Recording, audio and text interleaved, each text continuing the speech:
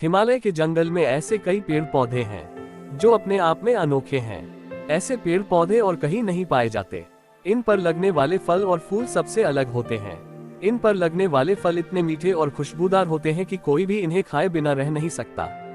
ऐसा ही एक पेड़ नदी किनारे था जिस पर सारे बंदर अपने राजा के साथ रहा करते थे। बंदरों के राजा का नाम महाकपि था। महाकपि बहुत ही समझदार और ज्ञानवान था। महाकपि का आदेश था कि उस पेड़ पर कभी कोई फल न छोड़ा जाए। जैसे ही फल पकने को होता वैसे ही वानर उसे खा लेते थे। महाकपि का मानना था कि अगर कोई पका फल टूटकर नदी के रास्ते किसी मनुष्य तक पहुंचा तो ये उनके लिए बहुत हानिकारक हो सकता है। सभी वानर महाकपि की इस बात से सहमत थे और उनकी आज्ञा का पालन करते थे।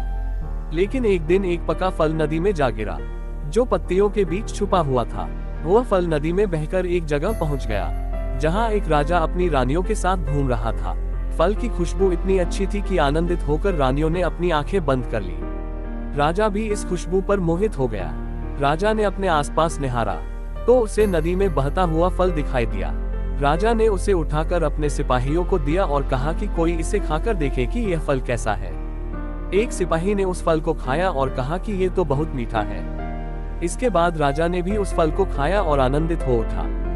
उसने अपने सिपाहियों को उस पेड़ को खोज निकालने का आदेश दिया जहां से ये फल आया था। काफी मेहनत के बाद राजा के सिपाहियों ने पेड़ को खोज निकाला। उन्हें नदी किनारे वो सुंदर पेड़ नजर आ गया। उस पर बहुत सारे वानर बैठे हुए थे। सिपाहियों को ये बात पसंद नहीं आई और उन्होंने वानरों को एक एक करके मारना शुरू कर दिया। वानरों को घायल देखकर महाकपि ने समझदारी से काम लिया। उसने एक बांस का डंडा पेड़ और पहाड़ी के बीच पुल की तरह लगा दिया। महाकपि ने सभी वानरों को उस पेड़ को छोड़कर पहाड़ी की दूसरी तरफ जाने का आदेश दिया।